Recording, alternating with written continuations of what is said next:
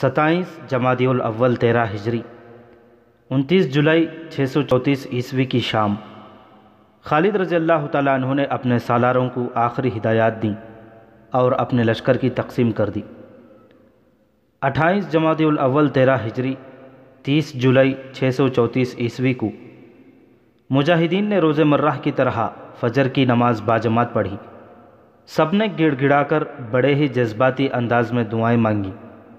بہت سے ایسے تھے جن کی آنکھوں میں آنسو آ گئے۔ ان میں سے نہ جانے کس کس کی یہ آخری نماز تھی۔ نماز کے فوراً بعد انہیں اپنے اپنے دستوں کے ساتھ ان جگہوں پر چلے جانا تھا جو ان کے لیے گزشتہ رات مقرر کی گئی تھیں۔ سورج نکلنے سے پہلے پہلے خالد رضی اللہ تعالیٰ عنہ کا لشکر اپنی جگہوں پر پہنچ چکا تھا۔ رومیوں نے یہ سوچا تھا کہ وہ اپنی اتنی زیادہ تعداد کے بلبوتے پر اتنا پھیل جائیں گے کہ مسلمان اتنا پھیلیں تو ان کی صفوں میں شگاف پڑ جائیں، لیکن خالد رضی اللہ تعالیٰ عنہ نے تعداد کی قلت کے باوجود محاذ 5 میل لمبا بنا دیا۔ اس سے یہ خطرہ ختم ہو گیا کہ رومی پہلوؤں میں جا کر یا پہلوؤں سے عقب میں جا کر حملہ کریں گے۔ خالد رضی اللہ تعالیٰ عنہ نے دوسری دانشمندی یہ کی کہ اپنے لشکر کا منہ مغرب کی طرف رکھا تاکہ سورج ان کے پیچھے رہے اور رومیوں کے سامنے رہے، اور وہ آنکھوں میں سورج کی چمک پڑنے کی وجہ سے آنکھوں کو کھول نہ سکیں۔ حسب معمول خالد رضی اللہ تعالیٰ عنہ نے اپنی فوج کو 3 حصوں میں تقسیم کیا۔ ایک پہلو کے دستوں کے سالار سعید بن عامر تھے، دوسرے کے امیر المؤمنین حضرت ابوبکر صدیق رضی اللہ تعالیٰ عنہ کے بیٹے عبد الرحمن، اور قلب کی کمان معاذ بن جبل کے پاس تھی۔ خالد رضی اللہ تعالیٰ عنہ نے دونوں پہلوؤں کے دستوں کی حفاظت کا یا مشکل کے وقت ان کی مدد کو پہنچنے کا یہ انتظام کیا تھا کہ ان کے دستوں کے آگے ایک ایک دستہ کھڑا کر دیا تھا۔ 4000 نفری جس کے سالار یزید بن ابی سفیان تھے، خالد رضی اللہ تعالیٰ عنہ نے قلب کے عقب میں محفوظے کے طور پر رکھ لی۔ وہاں اس نفری کی موجودگی اس لیے بھی ضروری تھی کہ وہاں عورتیں اور بچے تھے۔ خالد رضی اللہ تعالیٰ عنہ نے سالاری کے رتبے کے افراد کو اپنے ساتھ رکھ لیا۔ مقصد یہ تھا کہ جہاں کہیں سالار کی ضرورت پڑے ان میں سے ایک کو وہاں بھیج دیا جائے۔ یہ چاروں بڑے قابل اور تجربے کار سالار تھے۔ یہ تھے حضرت عمر رضی اللہ تعالیٰ عنہ کے بیٹے عبداللہ، عمرو بن عاص، زرار بن ازور اور رافع بن امیرہ۔ سورج طلوع ہوا تو رومی سنتریوں نے اپنے سالاروں کو اطلاع دی کہ مسلمان جنگی ترتیب میں تیار ہو گئے ہیں۔ رومیوں کے اجتماع میں ہڑبونگ مچ گئی۔ ان کا یہ خدشہ بجا تھا کہ مسلمان حملہ کر دیں گے۔ رومی سالاروں نے بڑی تیزی سے اپنے لشکر کو تیار کیا اور مسلمانوں کے سامنے کھڑا کر دیا۔ دونوں فوجوں کے درمیان فاصلہ تقریباً 4 فرلانگ تھا۔ خالد رضی اللہ تعالیٰ عنہ نے اپنے محاذ کو کم و بیش 5 میل لمبا کر دیا تھا۔ رومی اپنے لشکر کو اس سے زیادہ پھیلا سکتے تھے، لیکن انہوں نے اپنے محاذ کی لمبائی تقریباً اتنی ہی رکھی جتنی خالد رضی اللہ تعالیٰ عنہ نے رکھی تھی۔ اس سے خالد رضی اللہ تعالیٰ عنہ کا یہ مسئلہ تو حل ہو گیا کہ رومی مسلمانوں کے پہلوؤں کے لیے خطرہ نہ بن سکے، لیکن رومی لشکر کی گہرائی زیادہ بلکہ بہت زیادہ تھی۔ دستوں کے پیچھے دستے اور ان کے پیچھے دستے تھے۔ مسلمانوں کے لیے ان کی صفیں توڑنا تقریباً ناممکن تھا۔ مورخ لکھتے ہیں کہ رومیوں کا لشکر جب اس ترتیب میں آیا تو دیکھنے والوں پر ہیبت طاری کرتا تھا۔ بہت سی صلیبیں جن میں کچھ بڑی اور کچھ ذرا چھوٹی تھیں اس لشکر میں اوپر کو ابھری ہوئی تھیں، اور کئی رنگوں کے جھنڈے اوپر کو اٹھے ہوئے لہرا رہے تھے۔ ان کے مقابلے میں مسلمانوں کی فوج نہایت معمولی اور بے رعب سے لگتی تھی۔ رومیوں کا سالار وردان اور سالار قبقولار اپنے لشکر کے قلب کے سامنے گھوڑوں پر سوار کھڑے تھے۔ ان کے ساتھ ان کے محافظوں کا ایک ایک دستہ تھا جو لباس وغیرہ سے بڑی شان والے لگتے تھے۔ رومیوں کی تعداد اور ان کی ظاہری جاہ و جلال کو دیکھ کر خالد رضی اللہ تعالیٰ عنہ نے محسوس کیا ہوگا کہ ان کے مجاہدین پر رومیوں کا ایسا اثر ہو سکتا ہے کہ ان کا جذبہ ذرا کمزور ہو جائے۔ شاید اسی لیے خالد رضی اللہ تعالیٰ عنہ نے اپنے گھوڑے کو ایڑ لگائی اور گھوڑے کا رخ اپنی فوج کے ایک سرے کی طرف کر دیا۔ یہ پہلا موقع تھا کہ انہوں نے اپنا محاذ اتنا زیادہ پھیلایا تھا۔ انہوں نے گھوڑا ایک پہلو کے دستے کے سامنے جا روکا۔ یاد رکھنا کہ تم اس اللہ کے نام پر لڑنے آئے ہو جس نے تمہیں زندگی عطا کی ہے۔ خالد رضی اللہ تعالیٰ عنہ نے ایک ہاتھ اور اس ہاتھ کی شہادت کی انگلی آسمان کی طرف کر کے انتہائی بلند آواز میں کہا، اللہ کسی اور طریقے سے بھی اپنی دی ہوئی زندگی تم سے واپس لے سکتا ہے۔ اللہ نے تمہارے ساتھ ایک رشتہ قائم کر رکھا ہے، کیا یہ اچھا نہیں کہ تم اللہ کی خاطر اپنی جانیں قربان کر دو؟ اللہ اس کا اجر دے گا۔ ایسا پہلے بھی ہو چکا ہے کہ تم تھوڑے تھے اور تمہارا مقابلہ اس دشمن سے ہوا کہ جو تم سے دگنا اور 3 گنا تھا، اور اتنا طاقتور دشمن تمہاری ضرب سے اس طرح بھاگا جس طرح بکری شیر کو اور بھیڑ بھیڑیے کو دیکھ کر بھاگتی ہے۔ رومیوں کی ظاہری شان و شوکت کو نہ دیکھو، شان و شوکت ایمان والوں کی ہوتی ہے، جاہ و جلال ان کا ہے جن کے ساتھ اللہ ہے۔ اللہ تمہارے ساتھ ہے۔ آج اپنے اللہ پر اور اللہ کے رسول صلی اللہ علیہ وسلم کی روح پر ثابت کر دو کہ تم باطل کے پہاڑوں کو ریزہ ریزہ کرنے والے ہو۔ یہ تو جذباتی سی باتیں تھیں جو خالد رضی اللہ تعالیٰ عنہ نے کی، اور ان کا اثر وہی ہوا جو ہونا چاہیے تھا۔ خالد رضی اللہ تعالیٰ عنہ نے ان باتوں کے علاوہ کچھ ہدایات دیں۔ مورخوں نے ان کے صحیح الفاظ لکھے ہیں، جب آگے بڑھ کر حملہ کرو تم مل کر دشمن پر دباؤ ڈالو، جیسے ایک دیوار بڑھ رہی ہو۔ جب تیر چلاؤ تو سب کے تیر اکٹھے کمانوں سے نکلیں اور دشمن پر بوچھاڑ کی طرح گریں، دشمن کو اپنے ساتھ بہا لے جاؤ۔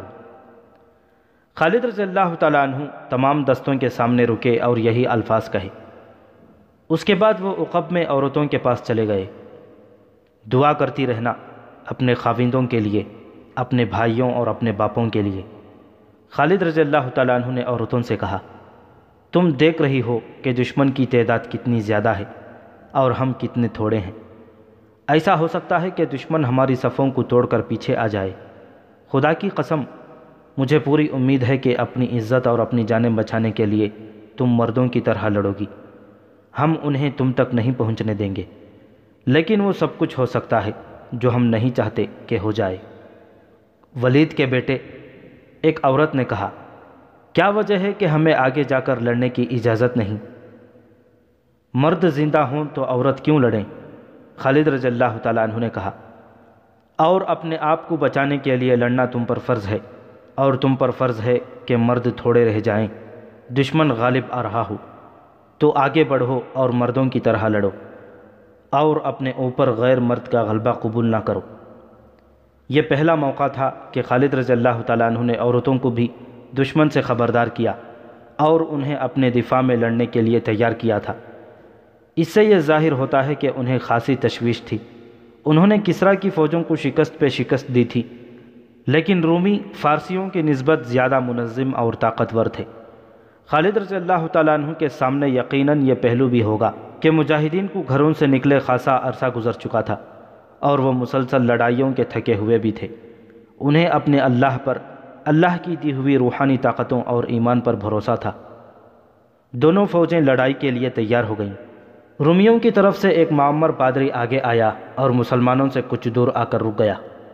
اے مسلمانوں، اس نے بلند آواز سے کہا، تم میں کوئی ایسا ہے جو میرے پاس آ کر بات کرے؟ خالد رضی اللہ تعالیٰ عنہ نے اپنے گھوڑے کی لگام کو ہلکا سا جھٹکا دیا اور پادری کے سامنے جا گھوڑا روکا۔ تم سالار ہو، بوڑھے پادری نے کہا، کیا تم میں مجھ جیسا کوئی مذہبی پیشوا نہیں؟ نہیں، خالد رضی اللہ تعالیٰ عنہ نے جواب دیا، ہمارے ساتھ کوئی مذہبی پیشوا نہیں ہوتا، سالار ہی امام ہوتا ہے۔ میں سپہ سالار ہوں، اور میں معزز پادری کو یہ بھی بتا دیتا ہوں کہ میں اس وقت تک سپہ سالار رہوں گا جب تک میری قوم اور میری فوج چاہے گی۔ اگر میں اپنے اللہ وحدہ لا شریک کے احکام اور اس کے رسول صلی اللہ علیہ وسلم کی فرمان میں انحراف کروں گا تو مجھے سپہ سالار نہیں رہنے دیا جائے گا۔ اگر اس حالت میں بھی سپہ سالار رہوں گا تو سپاہیوں کو حق حاصل ہے کہ وہ میرا کوئی حکم نہ مانے۔ مورخ لکھتے ہیں کہ معمر پادری پر خاموشی طاری ہو گئی اور وہ کچھ دیر خالد رضی اللہ تعالیٰ عنہ کے منہ کی طرف دیکھتا رہا۔ شاید یہی وجہ ہے، پادری نے ذرا دبی زبان میں کہا، یہی وجہ ہو سکتی ہے کہ فتح ہمیشہ تمہاری ہوتی ہے۔ وہ بات کر معزز پادری جو تو کرنے آیا ہے۔ خالد رضی اللہ تعالیٰ عنہ نے کہا، ہاں۔ پادری نے جیسے بیدار ہو کر کہا، اے عرب سے فتح کی امید لے کر آنے والے، کیا تو نہیں جانتا کہ جس زمین پر تو فوج لے کر آیا ہے اس پر کسی بادشاہ کو کبھی پاؤں رکھنے کی جرت نہیں ہوئی تھی؟ تو اپنے آپ کو کیا سمجھ کر یہاں آ گیا ہے؟ فارسی آئے تھے لیکن ان پر ایسی دہشت طاری ہوئی کہ بھاگ گئے۔ کئی دوسرے بھی آئے تھے، وہ بڑی بہادری سے لڑے تھے، لیکن ناکامی اور مایوسی کے سوا انہیں کچھ حاصل نہ ہوا اور وہ چلے گئے۔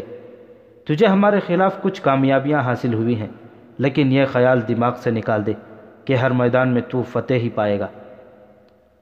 مورخوں کے مطابق خالد رضی اللہ تعالیٰ عنہ خاموشی سے سن رہے تھے اور بوڑھا پادری پر اثر لہجے میں بول رہا تھا، میرا سپہ سالار ویردان جو میرا آقا ہے تجھ پر کرم اور نوازش کرنا چاہتا ہے۔ پادری کہہ رہا تھا، اس سے بڑی نوازش اور کیا ہوگی کہ اس نے تیری فوج کو کاٹ دینے کے بجائے مجھے یہ پیغام دے کر تیرے پاس بھیجا ہے کہ اپنی فوج کو ہمارے ملک سے واپس لے جا۔ میرا آقا تیرے ہر سپاہی کو 1 دینار، 1 قبا اور 1 امامہ دے گا، اور تجھے 100 امامے، 100 قبائیں اور 100 دینار عطا کرے گا۔ تیرے لیے یہ فیاضی معمولی نہیں۔ کیا تو دیکھ نہیں رہا کہ ہمارا لشکر ریت کے ذروں کی طرح بے حساب ہے؟ تو جن فوجوں سے لڑ چکا ہے، ہماری فوج ان فوجوں جیسی نہیں۔ تو نہیں جانتا کہ اس فوج کے سر پر قیصر روم کا ہاتھ ہے۔ اس نے منجھے ہوئے تجربے کار سالار اور چوٹی کے پادری اس فوج کو دیے ہیں۔ بول، تیرا کیا جواب ہے؟ انعام چاہتا ہے یا اپنی اور اپنی فوج کی تباہی؟ 2 میں سے ایک۔ خالد رضی اللہ تعالیٰ عنہ نے جواب دیا، میری 2 شرطوں میں سے ایک پوری کر دو تو میں اپنی فوج کو لے کر چلا جاؤں گا۔ اپنے آقا سے کہو کہ اسلام قبول کر لو یا جزیہ ادا کرو، اگر نہیں تو ہماری تلواریں فیصلہ کریں گی۔ میں تیرے آقا کے کہنے پر واپس نہیں جاؤں گا۔ تیرے آقا نے جو دینار، قبائیں اور امامے پیش کیے ہیں وہ تو ہم سب وصول کر ہی لیں گے۔ ایک بار پھر سوچ لے عربی سالار۔ عرب کے سالار نے سوچ کر جواب دیا ہے۔ خالد رضی اللہ تعالیٰ عنہ نے کہا، جا اپنے آقا تک میرا جواب پہنچا دے۔ بوڑھے پادری نے رومی سپہ سالار ویردان کو خالد رضی اللہ تعالیٰ عنہ کا جواب سنایا۔ عرب کے ڈاکوؤں کی یہ جرأت! ویردان نے غصے سے پھٹتے ہوئے کہا، کیا وہ نہیں جانتے کہ میں ان سب کو ایک ہی حلے میں ختم کر سکتا ہوں؟ اس نے اپنی سپاہ کی طرف گھوڑا گھما کر حکم دیا، تیر انداز آگے آ جائیں اور ان بدبختوں کو فنا کرنے کے لیے تیار ہو جائیں۔ فلاخن بھی آگے لے آؤ۔ تیر انداز آگے آئے تو مسلمانوں کے قلب کے سالار معاذ بن جبل نے اپنے دستوں کو حملے کی تیاری کا حکم دیا۔ ٹھہر جا ابن جبل، خالد رضی اللہ تعالیٰ عنہ نے کہا، جب تک میں نہ کہوں حملہ نہ کرنا۔ سورج سر پر آ کر آگے جانے لگے گا تو ہم حملہ کریں گے۔ ابن ولید، معاذ بن جبل رضی اللہ تعالیٰ عنہ نے کہا، کیا تو دیکھ نہیں رہا کہ ان کی کمانیں ہم سے اچھی اور بڑی ہیں جو بہت دور تک تیر پھینک سکتی ہیں؟ وہ ہمارے تیر اندازوں کی ضد سے دور ہیں۔ میں ان تیر اندازوں پر حملہ کر کے انہیں بیکار کرنا چاہتا ہوں۔ ان کے فلاخن دیکھو، یہ پتھر برسائیں گے۔ رومی ترتیب میں کھڑے ہیں۔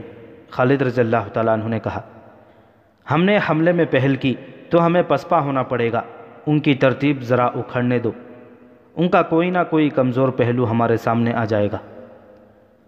رومیوں نے کچھ دیر انتظار کیا، مسلمانوں نے کوئی حرکت نہ کی تو ویردان کے حکم پر اس کے تیر اندازوں نے تیروں کی بوچھاڑیں پھینکنی شروع کر دیں اور فلاخن سے وہ پتھر پھینکنے لگے۔ کئی مسلمان شہید اور زخمی ہو گئے۔ خالد رضی اللہ تعالیٰ عنہ نے یہ نقصان دیکھ کر بھی حملے کا حکم نہ دیا۔ رومی تیر اندازوں کو تیروں سے مؤثر جواب نہیں دیا جا سکتا تھا، کیونکہ مسلمانوں کی کمانیں نسبتاً چھوٹی ہونے کی وجہ سے دور تک تیر نہیں پھینک سکتی تھی۔ ادھر سے تیر اور پتھر آتے رہے، تب مسلمانوں میں ہیجان اور اضطراب نظر آنے لگا۔ وہ حملہ کرنا چاہتے تھے لیکن انہیں حکم نہیں مل رہا تھا۔ سالار زرار بن ازور رضی اللہ تعالیٰ عنہ دوڑے دوڑے خالد رضی اللہ تعالیٰ عنہ کے پاس گئے۔ ابن ولید، زرار نے خالد رضی اللہ تعالیٰ عنہ سے کہا، تو کیا سوچ رہا ہے؟ کیا تو دشمن کو یہ بتانا چاہتا ہے کہ ہم اس سے ڈر گئے ہیں؟ اگر اللہ ہمارے ساتھ ہے تو مت سوچ، حملے کا حکم دے۔ حضرت خالد کے ہونٹوں پر مسکراہٹ آ گئی۔ یہ اطمینان اور سکون کی مسکراہٹ تھی۔ ان کے سالار اور سپاہی پسپائی کے بجائے حملے کی اجازت مانگ رہے تھے۔ ابن ازور، خالد رضی اللہ تعالیٰ عنہ نے کہا، تو آگے جا کر دشمن کو مقابلے کے لیے للکار سکتا ہے۔ زرار نے زراح اور خود پہن رکھی تھی۔ ان کے ایک ہاتھ میں چمڑے کی ڈھال اور دوسرے ہاتھ میں تلوار تھی۔ انہوں نے پچھلے ایک معرکے میں یہ ڈھال ایک رومی سے چھینی تھی۔ زرار رضی اللہ تعالیٰ عنہ آگے گئے تو رومی تیر اندازوں نے اپنے سالار کے حکم سے کمانیں نیچے کر لیں۔ یہ اس زمانے کا رواج تھا کہ فوجوں کی لڑائی سے پہلے دونوں فوجوں میں سے کسی ایک کا ایک آدمی اپنے دشمن کو انفرادی مقابلے کے لیے للکارتا تھا۔ ادھر سے ایک آدمی آگے آتا اور دونوں زندگی اور موت کا معرکہ لڑتے تھے۔ اس کے بعد جنگ شروع ہوتی تھی۔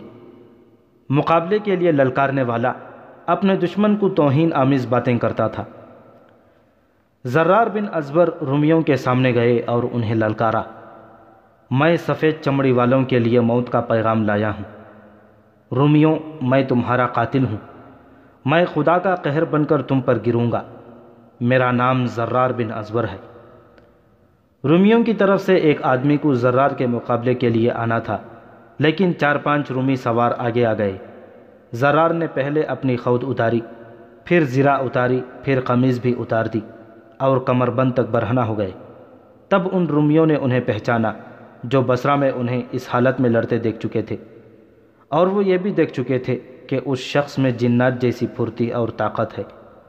حقیقت بھی یہی تھی۔ زرار ایک سے زیادہ آدمیوں کا مقابلہ کرنے کی خصوصی مہارت رکھتے تھے۔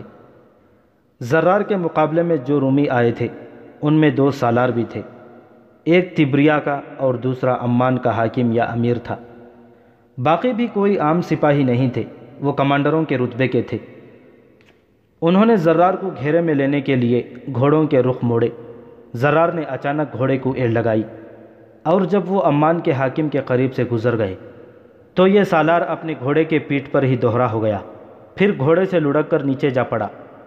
زرار کی تلوار اس کے پہلو سے اس کے جسم میں گہری اتر گئی تھی۔ حیران کن پھرتی سے زرار کا گھوڑا مڑا اور ایک اور رومی ان کی تلوار سے کٹ کر گرا۔ زرار ایسی چال چلتے اور ایسا پینترا بدلتے تھے کہ رومی سواروں کے 2-3 گھوڑے آپس میں ٹکرا جاتے یا ایک دوسرے کے آگے آ جاتے تھے۔ اس موقع سے فائدہ اٹھا کر زرار ان میں سے ایک کو تلوار سے کاٹ جاتے تھے۔ کوئی رومی سوار گرتا تھا تو مسلمان بڑے جوش سے نعرے لگاتے تھے۔ زرار کا یہ عالم تھا جیسے ان میں مافوق الفطرت طاقت آ گئی ہو۔ اپنے مقابلے میں آنے والے رومیوں میں سے زیادہ تر کو انہوں نے گرا دیا۔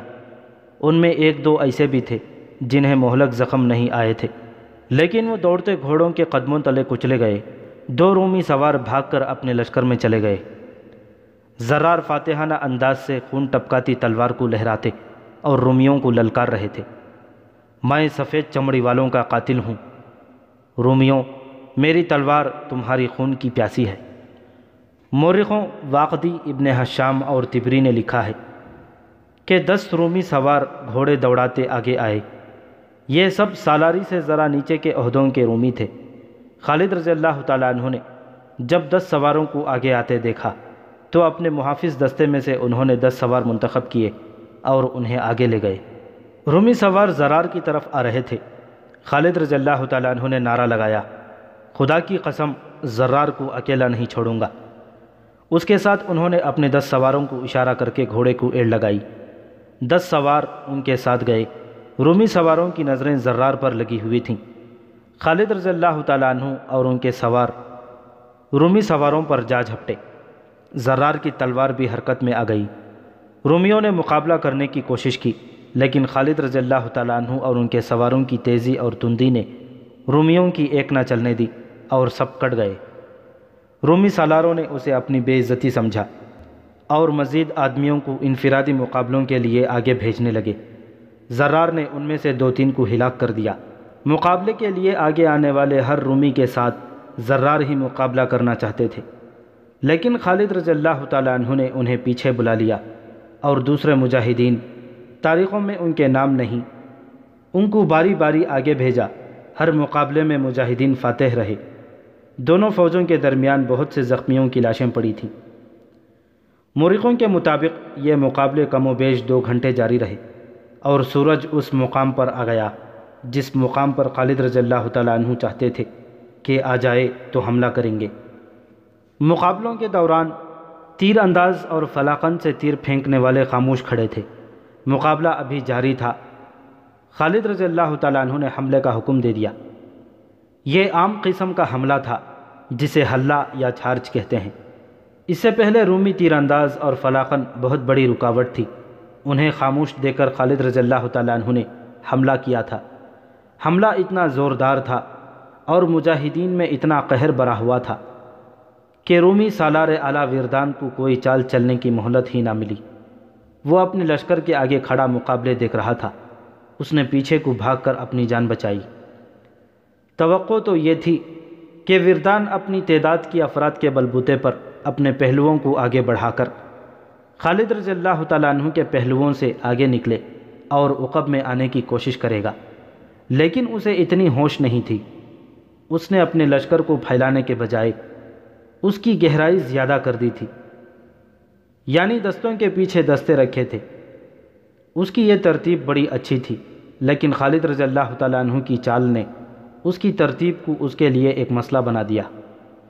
مسلمان دستوں نے سامنے سے حملہ کیا تو رومیوں کے اگلے دستے پیچھے ہٹنے لگے۔ پچھلے دستوں کو اور پیچھے ہونا پڑا۔ پھر ان کی ترتیب گڑبڑ ہو گئی۔ مسلمانوں کو اس سے بہت فائدہ پہنچا۔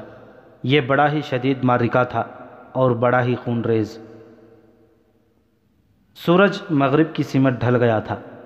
خالد رضی اللہ تعالیٰ عنہ نے محسوس کیا کہ مجاہدین تھک گئے ہوں گے۔ انہوں نے مجاہدین کو معرکے سے نکلنے کا حکم دیا۔ ایسے لگا جیسے رومی سالار بھی یہی چاہتے تھے۔ انہوں نے اپنے دستوں کو پیچھے ہٹانا بہتر سمجھا۔ پھر جب دونوں فوجیں پیچھے ہٹیں تو پتہ چلا کہ رومی ہزاروں کی تعداد میں مارے گئے ہیں اور زخمیوں کی تعداد بے شمار ہے۔ ان کے مقابلے میں مسلمانوں کا نقصان بہت ہی تھوڑا تھا۔ سورج غروب ہونے کو تھا، اس لیے دونوں میں سے کوئی بھی فوج حملہ نہیں کر سکتی تھی۔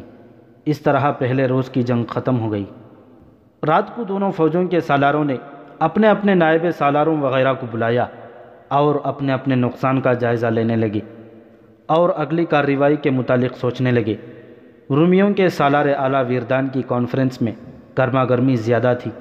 وردان نے صاف کہہ دیا تھا کہ جنگ کی یہی صورتحال رہی جو آج ہو گئی تھی، تو نتیجہ ظاہر ہے کیا ہوگا، اور اس نتیجے کا نتیجہ کیا ہوگا؟ کیا میں نے پہلے ہی نہیں کہہ دیا تھا؟ وردان کے سالار قبقلار نے کہا، میں اب بھی کہتا ہوں کہ اور زیادہ سوچو اور وجہ معلوم کرو کہ ہر میدان میں فتح مسلمانوں کی ہی کیوں ہوتی ہے، اور وہی خوبی ہماری فوج میں کیوں پیدا نہیں ہو سکتی؟ آج کی لڑائی دیکھ کر مجھے اپنی فتح مشکوک نظر آنے لگی ہے۔ کیا تو یہ کہنا چاہتا ہے کہ ہم میدان چھوڑ کر بھاگ جائیں؟ وردان نے کہا، میں تم سب کو کہتا ہوں کہ اپنی اپنی رائے اور مشورہ دو کہ ہم مسلمانوں کو کس طرح شکست دے سکیں۔ قبقلار کے ہونٹوں پر عجیب سی مسکراہٹ آ گئی۔ اس نے کچھ بھی نہ کہا اور دوسرے سالار اپنی آراء اور مشورے دینے لگے۔ ان سالاروں کے مشورے مختلف تھے، لیکن ایک بات مشترک تھی۔ سب کہتے تھے کہ مسلمانوں کو شکست دینی ہے، اور ایسی شکست کہ ان میں سے زندہ وہی رہے جو جنگی قیدی ہو۔ اگر خالد ان کا سالار نہ ہو تو انہیں شکست دینا آسان ہو جائے گا۔ ایک سالار نے کہا، وہ جدھر جاتا ہے اس کی شہرت اور دہشت اس کے آگے آگے جاتی ہے۔ ہمیں تسلیم کرنا چاہیے کہ مسلمانوں کے اس سالار میں جتنی زیادہ جنگی مہارت ہے جو بہت کم سالاروں میں ہوتی ہے۔ میں ایک مشورہ دینا چاہتا ہوں۔ سب متوجہ ہوئے۔ مسلمانوں کو خالد سے محروم کر دیا جائے، اس نے کہا، اور اس کا ایک ہی طریقہ ہے، قتل۔ کل کی لڑائی میں اسے قتل کرنے کی کوشش کی جائے گی۔ وردان نے کہا، یہ مشورہ کوئی مشورہ نہیں۔ لڑائی میں ابھی تک اسے کوئی قتل نہیں کر سکا۔ مشورہ دینے والے سالار نے کہا، میری تجویز یہ ہے کہ ہماری طرف سے ایک ایلچی خالد رضی اللہ تعالیٰ عنہ کے پاس جائے اور کہے کہ ہم مزید خون خرابہ روکنا چاہتے ہیں، ہمارے پاس آؤ اور ہمارے ساتھ بات چیت طے کر لو۔ وہ جب ہمارے سالار اعلیٰ وردان سے ملنے آ رہا ہو تو کم از کم 10 آدمی راستے میں گھات میں بیٹھے ہوئے ہوں، وہ خالد کو اس طرح قتل کریں کہ اس کے جسم کی بوٹی بوٹی کر دیں۔ بہت اچھی تجویز ہے، وردان نے کہا، میں ابھی اس کا بندوبست کرتا ہوں، داؤد کو بلاؤ۔ تھوڑی ہی دیر بعد ایک عیسائی جس کا نام تاریخوں میں داؤد لکھا ہے وردان کے سامنے کھڑا تھا۔ داؤد، وردان نے اس عیسائی عرب سے کہا، ابھی مسلمانوں کی خیمگاہ میں جاؤ اور ان کے سپہ سالار خالد بن ولید کو ڈھونڈ کر اسے بتانا کہ میں رومیوں کے سالاروں کا ایلچی ہوں۔ اسے میری طرف سے یہ پیغام دینا کہ ہم اس کے ساتھ صلح کی بات کرنا چاہتے ہیں۔ وہ ہمارے پاس کل صبح آئے اور ہمارے ساتھ بات کرے کہ کن شرائط پر صلح ہو سکتی ہے۔ اسے یہ بھی کہنا کہ اس بات چیت میں صرف وہ اور میں اکیلے ہوں گے، ہم دونوں کے ساتھ ایک بھی محافظ نہیں ہوگا۔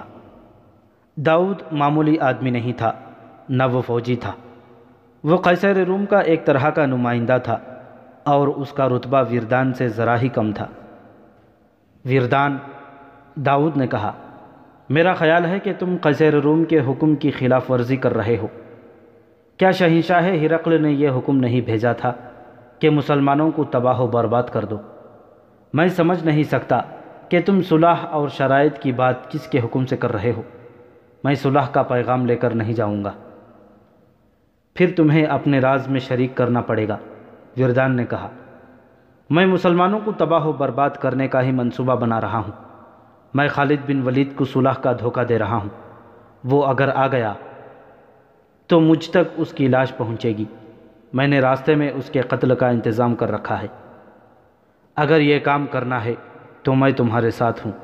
داؤد نے کہا، میں ابھی جاتا ہوں۔ داؤد مسلمانوں کے کیمپ میں چلا گیا۔ ہر طرف چھوٹی بڑی مشعلیں جل رہی تھیں۔ داؤد نے اپنا تعارف کرایا کہ وہ رومیوں کا ایلچی ہے اور ان کے سپہ سالار کے لیے پیغام لایا ہے۔ اسے اسی وقت خالد رضی اللہ تعالیٰ عنہ کے خیمے تک پہنچا دیا گیا۔ داؤد آداب بجا لایا اور اپنا تعارف کرا کے وردان کا پیغام دیا۔ خیمے میں مشعلوں کی روشنی تھی۔ خالد رضی اللہ تعالیٰ عنہ نے داؤد سے اتنا بھی نہ کہا کہ وہ بیٹھ جائے۔ وہ خالد رضی اللہ تعالیٰ عنہ کے سامنے کھڑا رہا۔ حضرت خالد آہستہ آہستہ اٹھے اور اس کے تھوڑا اور قریب چلے گئے۔ ان کی نظریں داؤد کی آنکھوں میں گڑ گئی تھیں۔ انہوں نے داؤد سے کچھ بھی نہ کہا اور اس کی آنکھوں میں آنکھیں ڈالے دیکھتے رہے۔ حضرت خالد دراز قد اور قوی ہیکل تھے۔ ان کی شخصیت کا پر تو ان کی آنکھوں کی چمک میں تھا۔ اس دور کی تحریروں سے پتہ چلتا ہے کہ خالد رضی اللہ تعالیٰ عنہ کی آنکھوں کا سامنا کوئی مضبوط دل گردے والا ہی کر سکتا تھا۔ یہ ایمان کا جلال تھا اور آنکھوں کی اس چمک میں عشق رسول صلی اللہ علیہ وسلم رچا بسا تھا۔ اس کے علاوہ خالد رضی اللہ تعالیٰ عنہ شام کے علاقے میں خوف و ہراس کا ایک نام بن گیا تھا۔ خالد رضی اللہ تعالیٰ عنہ داؤد کو دیکھے جا رہے تھے۔ داؤد کا ضمیر مجرمانہ تھا۔ وہ خالد کی نظروں کی تاب نہ لا سکا۔ مورخ لکھتے ہیں کہ خالد رضی اللہ تعالیٰ عنہ کے چہرے پر ایک یا دو زخموں کے نشان تھے جن سے ان کا چہرہ بگڑا تو نہیں تھا، لیکن زخموں کے نشانات کا اپنا ایک تاثر تھا جو داؤد کے لیے غالباً دہشت ناک بن گیا تھا۔ اے عربی سالار، داؤد بوکھلائے ہوئے لہجے میں بولا، میں فوجی نہیں ہوں، میں ایلچی ہوں۔ سچ بول داؤد۔ حضرت خالد نے اس کے اور قریب آ کر کہا، تو ایک جھوٹ بول چکا ہے، اب سچ بول اور اپنی جان سلامت لے جا۔ داؤد خالد رضی اللہ تعالیٰ عنہ کے سامنے کھڑا چھوٹا سا آدمی لگتا تھا، حالانکہ قد اس کا بھی کچھ کم نہیں تھا۔ اے عربی سالار، داؤد نے اپنے جھوٹ کو دہرایا، میں صلح کا پیغام لے کر آیا ہوں اور اس میں کوئی دھوکہ نہیں۔ اگر تو دھوکہ دینے والا ہے تو میری بات سن لے، خالد رضی اللہ تعالیٰ عنہ نے کہا۔ جتنی مکاری اور عیاری ہم لوگوں میں ہے اتنی تم میں نہیں۔ مکر و فریب میں ہمیں کوئی مات نہیں دے سکتا۔ اگر تمہارے سپہ سالار وردان نے کوئی فریب کاری سوچی ہے تو اس کا نتیجہ یہ ہوگا کہ رومیوں کی تباہی کا عمل اس سے تیز ہو جائے گا جتنا میں نے سوچا تھا، اور اگر اس نے سچی نیت سے صلح کا پیغام بھیجا ہے تو جاؤ اسے کہو کہ جزیہ ادا کر دے، پھر ہم صلح کر لیں گے۔ داؤد میں اتنی سی بھی ہمت نہیں تھی کہ وہ کوئی اور بات کرتا۔ وہ آداب بجا لا کر چل پڑا۔ خیمے کے دروازے میں جا کر پیچھے دیکھا۔ خالد رضی اللہ تعالیٰ عنہ کی نظریں ابھی تک اسے گھور رہی تھیں۔ داؤد نے منہ پھیر لیا لیکن چلا نہیں، وہیں کھڑا رہا۔ وہ محسوس کر رہا تھا کہ حضرت خالد کی نظریں اس کی کھوپڑی میں سے گزر کر اس کی آنکھوں میں داخل ہو رہی ہیں۔ وہ خالد رضی اللہ تعالیٰ عنہ کی طرف گھوما اور اچانک اس طرح تیز قدم اٹھائے جیسے حضرت خالد پر جھپٹنے لگا ہو۔ ابن ولید، داؤد نے شکست خوردہ آواز میں کہا، میں تجھے دھوکہ دینے آیا تھا۔ اس نے وردان کی سازش پوری کی پوری بیان کر دی اور یہ بھی بتا دیا کہ کل صبح وردان کے 10 آدمی کس جگہ گھات میں ہوں گے۔ کیا تو بتا سکتا ہے؟ خالد رضی اللہ تعالیٰ عنہ نے داؤد سے پوچھا کہ تو جاتے جاتے رک کیوں گیا اور تو نے سچ کیوں بولا؟ سچ کا صلہ لینے کے لیے، داؤد نے کہا۔ مجھے نقد انعام کی ضرورت نہیں۔ جس فوج کے سالار کی نظریں انسانوں کے جسموں میں برچھی کی طرح اتر جانے والی ہوں، اس فوج کو کوئی طاقت شکست نہیں دے سکتی۔ اے عربی سالار، میرا تجربہ اور میری عقل بتاتی ہے کہ فتح تیری ہوگی۔ میں صرف اتنا صلہ مانگتا ہوں کہ جب تو ہماری بستیوں پر قبضہ کر لے تو میرے خاندان پر رحم کرنا اور ان کی عزت کا اور ان کی جان و مال کا خیال رکھنا۔ اس نے بتایا کہ اس کا خاندان کون سی بستی میں رہتا ہے۔ خالد رضی اللہ تعالیٰ عنہ نے داؤد کو رخصت کر دیا۔ داؤد نے واپس جا کر وردان کو بتایا کہ وہ خالد کو پیغام دے آیا ہے اور خالد مقررہ وقت پر اکیلے آئیں گے۔ داؤد نے حضرت خالد کی شخصیت سے ایسا تاثر لیا تھا کہ اس نے اپنے آپ کو یقین دلا دیا تھا کہ رومی ہاریں گے اور فتح مسلمانوں کی ہوگی۔ اس نے اپنی فوج کے سالار اعلیٰ سے جھوٹ بولا کہ خالد مقررہ وقت پر آ جائیں گے۔ صبح طلوع ہوئی۔ ابو عبیدہ رضی اللہ تعالیٰ عنہ خالد رضی اللہ تعالیٰ عنہ کے پاس آئے۔ حضرت خالد نے انہیں رومی سالار وردان کی سازش سنائی۔ وہ 10 رومی مجھے قتل کرنے کے لیے گھات میں پہنچ چکے ہوں گے۔ خالد رضی اللہ تعالیٰ عنہ نے کہا، میں چاہتا ہوں کہ اکیلا جا کر 10 رومیوں کو ختم کر دوں، بڑا اچھا شکار ہے۔ نہیں ابن ولید، حضرت ابو عبیدہ نے کہا، یہ تیرا کام نہیں۔ 10 آدمیوں کے مقابلے میں تو قتل یا زخمی ہو سکتا ہے۔ تو بڑا قیمتی آدمی ہے، یوں کر 10 آدمی ایسے چن لے جو بہت ہی بہادر ہوں، انہیں وہ جگہ بتا کر بھیج دے۔ خالد رضی اللہ تعالیٰ عنہ نے 10 مجاہدین منتخب کیے اور انہیں بتایا کہ کہاں جانا ہے اور کیا کرنا ہے۔ ان میں زرار بن ازور بھی تھے۔ انہیں ان 10 آدمیوں کا کمانڈر مقرر کیا گیا۔ مشہور مورخ واقدی نے یہ واقعہ ذرا مختلف بیان کیا ہے۔ وہ لکھتا ہے کہ طے یہ پایا تھا کہ حضرت خالد اور وردان کی ملاقات ہوگی۔ وردان خالد رضی اللہ تعالیٰ عنہ کو دبوچ لے گا اور اس کی پکار پر اس کے 10 رومی گھات سے نکل کر خالد رضی اللہ تعالیٰ عنہ کو قتل کر دیں گے۔ 3 اور مورخوں نے بھی یہ واقعہ اسی طرح بیان کیا ہے۔ وردان نے اپنے 10 آدمی رات کے آخر پہر کی تاریکی میں گھات لگانے کے لیے بھیج دیے تھے۔ حضرت خالد نے اپنے 10 آدمی اسی وقت کے لگ بھگ بھیج دیے تھے۔ اس کے ساتھ ہی خالد رضی اللہ تعالیٰ عنہ نے اپنے سالاروں سے کہا کہ وہ گزشتہ روز کی ترتیب میں میدان جنگ میں کھڑے ہو جائیں اور حملے کے لیے تیار رہیں۔ وردان نے مسلمانوں کو جنگی ترتیب میں آتے دیکھ کر جنگی ترتیب میں ہو جانے کا حکم دیا اور صبح طلوع ہوتے ہی وہ شاہانہ جنگی لباس میں اس جگہ چلا گیا جہاں اس نے خالد رضی اللہ تعالیٰ عنہ کو ملاقات کے لیے بلایا تھا۔ ادھر سے خالد رضی اللہ تعالیٰ عنہ بھی آ گئے اور دونوں ایک دوسرے کے سامنے کھڑے ہو گئے۔ او عرب کے بدو، وردان نے حضرت خالد سے کہا، تو اور تیرے لوگ عرب میں بھوکے مرتے ہیں اور تو قیصر روم کی شاہی فوج کے مقابلے میں آ گیا ہے۔ او لٹیرے، کیا میں نہیں جانتا کہ تم لوگ وہاں مفلسی کے بدترین زندگی گزارتے ہو؟ او رومی کتے، خالد رضی اللہ تعالیٰ عنہ نے غضبناک آواز میں کہا، میں تجھے آخری بار کہتا ہوں، اسلام قبول کر لے یا جزیہ ادا کر۔ ویردان نے جھپٹ کر خالد رضی اللہ تعالیٰ عنہ کو اپنے بازوؤں میں جکڑ لیا۔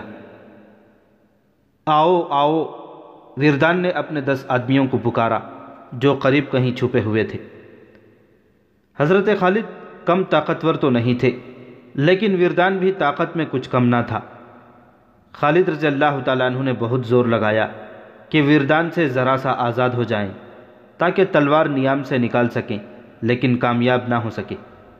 انہوں نے دیکھا کہ 10 رومی اپنی فوجی وردی میں ان کی طرف دوڑے آ رہے ہیں۔ خالد رضی اللہ تعالیٰ عنہ کو اپنا آخری وقت نظر آنے لگا۔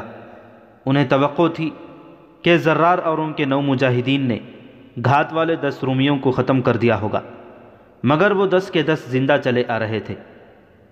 حضرت خالد کو خیال آیا کہ زرار اور ان کے مجاہدین رومیوں کے ہاتھوں مارے گئے ہیں یا بروقت پہنچ نہیں سکے۔ رومی جب قریب آئے تو ایک نے خود زرہ اور قمیض اتار کر پھینک دی اور اللہ اکبر کا نعرہ لگایا۔ تب خالد نے دیکھا کہ یہ تو زرار ہے۔ انہوں نے باقی 9 کو قریب سے دیکھا تو وہ ان کے اپنے ہی منتخب کیے ہوئے مجاہدین تھے۔ یہ مذاق زرار بن ازور نے کیا تھا۔ انہوں نے گھات میں بیٹھے رومیوں کو بڑے اطمینان سے قتل کر دیا تھا، پھر ان کی وردیاں اتار کر پہن لیں۔ انہیں معلوم تھا کہ ویردان پکارے گا۔ وہ ویردان کی پکار پر نکل آئے۔ ویردان خوش ہو گیا کہ اس کی سازش کامیاب ہو گئی ہے۔ پیچھے ہٹ ابن ولید، زرار نے تلوار نکال کر کہا، یہ میرا شکار ہے، اور وہ ویردان کی طرف بڑھنے لگے۔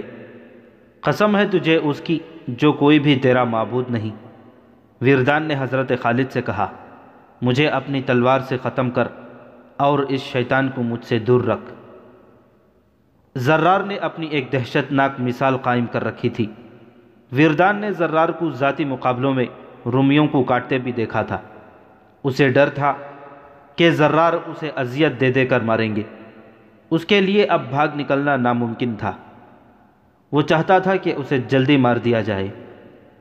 حضرت خالد نے زرار کو اشارہ کیا اور ہاتھ ان کی طرف بڑھایا۔ زرار نے اپنی تلوار خالد کو دے دی۔ ویردان نے منہ دوسری طرف کر لیا۔ خالد رضی اللہ تعالیٰ عنہ کے ایک ہی وار سے ویردان کا سر زمین پر جا پڑا۔ خالد رضی اللہ تعالیٰ عنہ وہاں رکے نہیں، فوراً اپنی فوج تک پہنچے اور حملے کا حکم دے دیا۔ یہ حملہ بھی گزشتہ روز کی مانند تھا۔ خالد رضی اللہ تعالیٰ عنہ نے قلب اور دونوں پہلوؤں کے دستوں کو ایک ہی بار حلہ بولنے کا حکم دیا۔ انہوں نے 4000 مجاہدین کا محفوظہ، جس کے سالار یزید بن ابی سفیان تھے، پیچھے رکھا۔ مسلمان حملہ کرتے اور پیچھے ہٹ آتے تھے اور پھر حملہ کرتے تھے۔ رومی تعداد میں بہت زیادہ تھے، لیکن ان کا سالار اعلیٰ ان میں نہیں تھا۔ اس کی جگہ ان کا سالار قبقلار کمان کر رہا تھا۔ رومی جم کر مقابلہ کر رہے تھے، لیکن مسلمانوں کے حملے غضبناک تھے۔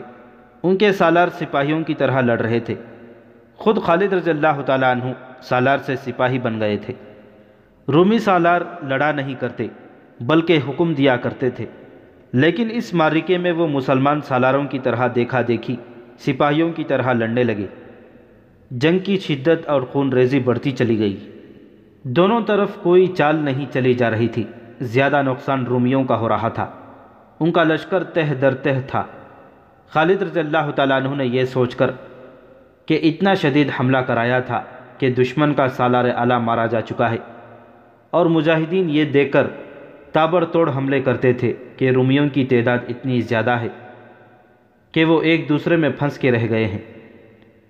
خالد رضی اللہ تعالیٰ عنہ حملے کا ایک اور مرحلہ شروع کرنا چاہتے تھے، جس کے لیے وہ موزوں موقع دیکھ رہے تھے۔ چند گھنٹوں بعد انہیں یہ موقع ملا۔ دونوں فوجیں تھک گئی تھیں۔ رومیوں کو پتہ چل گیا کہ ان کا سالار اعلیٰ ان میں نہیں، البتہ دوسرے رومی سالار جوش و خروش سے لڑ بھی رہے تھے اور لڑا بھی رہے تھے۔ حضرت خالد نے 4000 نفری کے محفوظے کو، جس کے سالار یزید بن ابی سفیان تھے، دشمن کے قلب پر حملے کا حکم دیا۔ یہ 4000 مجاہدین تازہ دم تھے اور لڑائی میں شریک ہونے کے لیے اتنے بے تاب کے نعرے لگاتے اور بے قابو ہوئے جاتے تھے۔ حکم ملتے ہی وہ رکے ہوئے سیلاب کی طرح گئے اور اتنا شدید حملہ کیا کہ رومیوں کی صفوں کے دور اندر تک چلے گئے۔ مجاہدین کے سالار رومیوں کے سالار قبقلار کو ڈھونڈ رہے تھے۔ مرکزی جھنڈا اسی کے پاس تھا اور وہ وردان کا قائم مقام تھا۔ پہلے بتایا جا چکا ہے کہ اس نے وردان سے کہہ دیا تھا کہ مسلمانوں کے ساتھ صلح سمجھوتا کر لیا جائے۔ اس کی دوربین نگاہوں نے دیکھ لیا تھا کہ مسلمان رومیوں پر غالب آ جائیں گے۔ وردان نے اسے ڈانٹ دیا تھا۔ مورخ طبری اور ابو سعید نے لکھا ہے کہ مجاہدین کو قبقلار مل گیا۔ اسے دیکھ کر سب حیران رہ گئے۔ وہ سالار لگتا ہی نہیں تھا، وہ تو جنگ سے لا تعلق کھڑا تھا۔ اس نے اپنے سر پر اس طرح کپڑا لپٹا ہوا تھا کہ اس کی آنکھیں بھی ڈھکی ہوئی تھیں۔ اس کے محافظوں نے بے دلی سے مقابلہ کیا، شاید اس لیے کہ وہ اپنے سپہ سالار کو نیم مردہ سمجھ رہے تھے۔ انہی سے پتہ چلا تھا کہ یہ ہے قبقلار۔ مجاہدین نے اسے اسی حالت میں قتل کر دیا۔ بعض مورخوں نے خیال ظاہر کیا ہے کہ قبقلار نے اپنی آنکھوں پر اس لیے کپڑا ڈال رکھا تھا کہ وہ اپنے لشکر کا قتل عام نہیں دیکھ سکتا تھا۔ اس کی قوت برداشت جواب دے گئی تھی۔ رومیوں کا مرکزی پرچم گر پڑا۔ مجاہدین اب یہ نعرے لگا رہے تھے، خدا کی قسم ہم نے رومیوں کے دونوں سپہ سالاروں کو قتل کر دیا ہے۔ رومیوں تمہارا پرچم کہاں ہے؟ شہنشاہ ہرقل کو بلاؤ۔ رومیوں تمہاری صلیبیں اور جھنڈے کہاں ہیں؟ مجاہدین اسلام تو اپنے اللہ اور رسول صلی اللہ علیہ وسلم اور ایک عقیدے کی خاطر لڑ رہے تھے، لیکن رومی جن کے حکم سے لڑ رہے تھے وہ مارے جا چکے تھے۔ مجاہدین کے پاس ایمان کی قوت تھی جو جادو کی طرح رومیوں پر غالب آ گئی۔ رومی بھاگنے لگے۔ ان میں سے کچھ بیت المقدس کی طرف بھاگے جا رہے تھے، کچھ غزہ اور بعض یافا کی طرف۔ رومیوں کی جنگی طاقت کو مکمل طور پر تباہ کرنے کے لیے خالد رضی اللہ تعالیٰ عنہ نے اپنے سوار دستوں کو حکم دیا کہ بھاگتے دشمن کا تعاقب کریں اور کسی کو زندہ نہ چھوڑیں۔ وہ ایک عبرتناک منظر تھا۔ رومی جانیں بچانے کے لیے ادھر ادھر بھاگ رہے تھے اور مسلمان سوار ان کے تعاقب میں جا کر انہیں برچھیوں میں پرو رہے تھے۔ ان رومیوں نے اپنی تعداد پر بھروسہ کیا تھا، شراب کے نشے کو وہ اپنی طاقت سمجھتے تھے۔ انہوں نے مسلمانوں کو غریب اور نادار سمجھ کر انہیں ایک ایک دینار پیش کیا تھا۔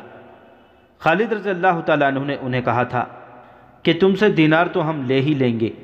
اب رومیوں کو کہیں پناہ نہیں مل رہی تھی۔ ان کا میدان جنگ میں اتنا جانی نقصان نہیں ہوا تھا جتنا میدان جنگ سے بھاگتے وقت ہوا۔ ان میں خوش قسمت وہ تھے جو بیت المقدس پہنچ گئے اور شہر میں داخل ہو گئے تھے۔ یہ قتل عام اس وقت رکا جب سورج غروب ہو گیا اور اندھیرا اتنا کہ سواروں کو اپنے گھوڑوں کے سر نظر نہیں آتے تھے۔ اس وقت خالد رضی اللہ تعالیٰ عنہ اپنے خیمے میں تھے۔ انہیں بتایا گیا کہ داؤد نام کا ایک عیسائی عرب ان سے ملنے آیا ہے۔ حضرت خالد نام سنتے ہی باہر کو دوڑے۔ خدا کی قسم داؤد، خالد رضی اللہ تعالیٰ عنہ اسے گلے لگا کر بولے، تو نے میری صرف جان نہیں بچائی، تو نے میری فتح آسان کر دی ہے۔ کوئی بھی انعام کافی نہیں ہو سکتا جو میں تجھے دوں۔ کہاں ہیں تیرے بیوی بچے؟ کسی نے ان پر ہاتھ تو نہیں اٹھایا؟ نہیں ابن ولید، داؤد نے کہا، میں کوئی انعام لینے نہیں آیا، مجھے انعام مل چکا ہے۔ دیکھ میں زندہ ہوں اور میرا سارا خاندان زندہ ہے۔ اب ایک انعام مجھے یہ دے کہ یہ راز تیرے سینے میں رہے کہ میں نے تیری کچھ مدد کی تھی۔ روم کی شہنشاہی زندہ ہے، ابھی تو اس شہنشاہی میں داخل ہوا ہے۔ تیرا راز قیصر روم تک نہیں پہنچے گا۔ خالد رضی اللہ تعالیٰ عنہ نے کہا، اور خدا کی قسم تو مال غنیمت کے حصے کا حقدار ہے، میں تجھے حصہ دوں گا اور تو جو مانگے گا دوں گا۔ چند روز بعد مدینہ میں عید جیسی خوشیاں منائی جا رہی تھیں۔ حضرت خالد نے امیر المؤمنین حضرت ابوبکر صدیق رضی اللہ تعالیٰ عنہ کو خط لکھا تھا کہ 3 گنا طاقتور رومیوں پر کس طرح فتح حاصل کی گئی ہے، جس میں 50,000 رومی ہلاک ہو گئے ہیں۔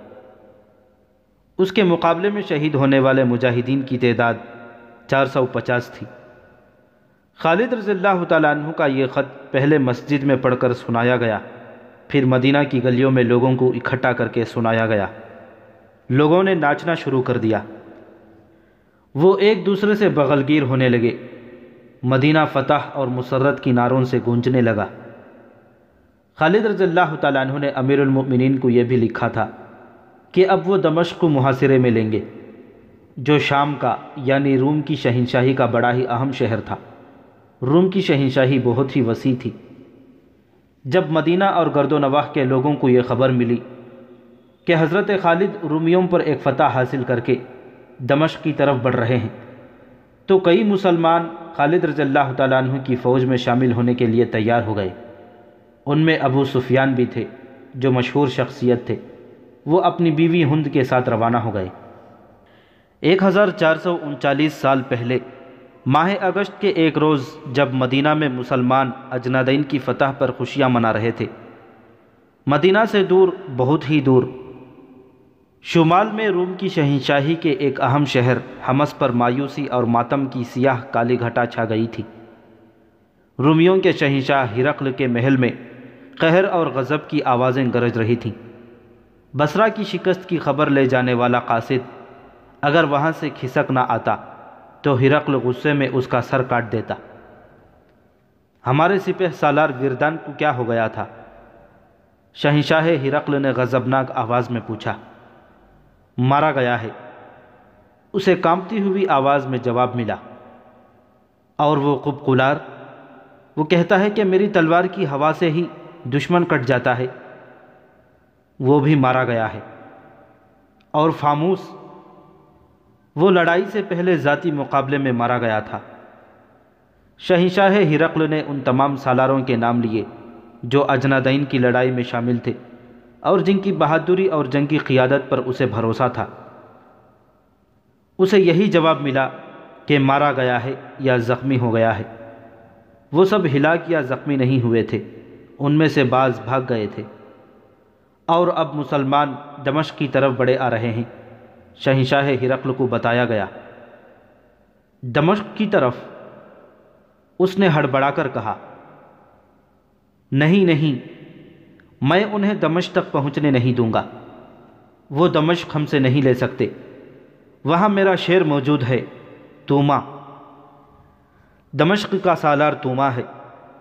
ہرقل تیز تیز قدم اٹھاتا اپنے شاہانہ کمرے میں چل رہا تھا اور اپنی ایک ہتھیلی پر دوسرے ہاتھ کے مکے مارا جا رہا تھا۔ اس کے خوشامدی درباریوں، خاص خادموں اور اس کی خدمت میں حاضر رہنے والی بڑی حسین لڑکیوں کو معلوم تھا کہ جب شہنشاہ اس طرح پریشانی اور غصے کی کیفیت میں ہوتا ہے تو سب سے زیادہ خوبصورت لڑکی شراب پیش کرتی ہے۔ ایک لڑکی جو باریک ریشمی لباس میں برہنہ لگتی تھی، چاندی کے پیالے میں شراب لے کر آئی اور اشتعال انگیز ادا سے ہرقل کے سامنے آ گئی۔ ہرقل بپھرے ہوئے سانڈ کی طرح پھنکار رہا تھا۔ اس نے لڑکی کے ہاتھوں میں تشتری دیکھ کر بڑی زور سے تشتری کے نیچے ہاتھ مارا۔ شراب کا پیالہ لڑکی کے منہ پر لگا۔ تشتری چھت تک جا کر واپس آئی۔ ہرقل نے لڑکی کو دھکا دیا تو وہ دروازے میں جا پڑی۔ شراب شراب شراب، ہرقل نے غصے سے کہا، تم نے شراب اور حسین لڑکیوں سے دل بہلانے اور بدمست رہنے والوں کا انجام دیکھا نہیں؟ تم دیکھ نہیں رہے وہ سلطنت روم کو ذلت اور رسوائی میں پھینک رہے ہیں، اور جنہوں نے ہمیں شکست دی ہے انہوں نے اپنے اوپر شراب حرام کر رکھی ہے۔ اس نے حکم دیا، گھوڑا تیار کرو، میں انطاکیہ جا رہا ہوں، اور میں اس وقت وہاں سے واپس آؤں گا جب میں آخری مسلمان کی بھی لاش دیکھ لوں گا۔ بادشاہ جنگ کے لیے جب کوچ کرتے تھے تو اس کے لیے بہت سے انتظامات کیے جاتے تھے۔ محافظ دستہ اور بادشاہ کی من پسند عورتیں ساتھ جاتی تھیں۔ ایسے انتظامات ہر وقت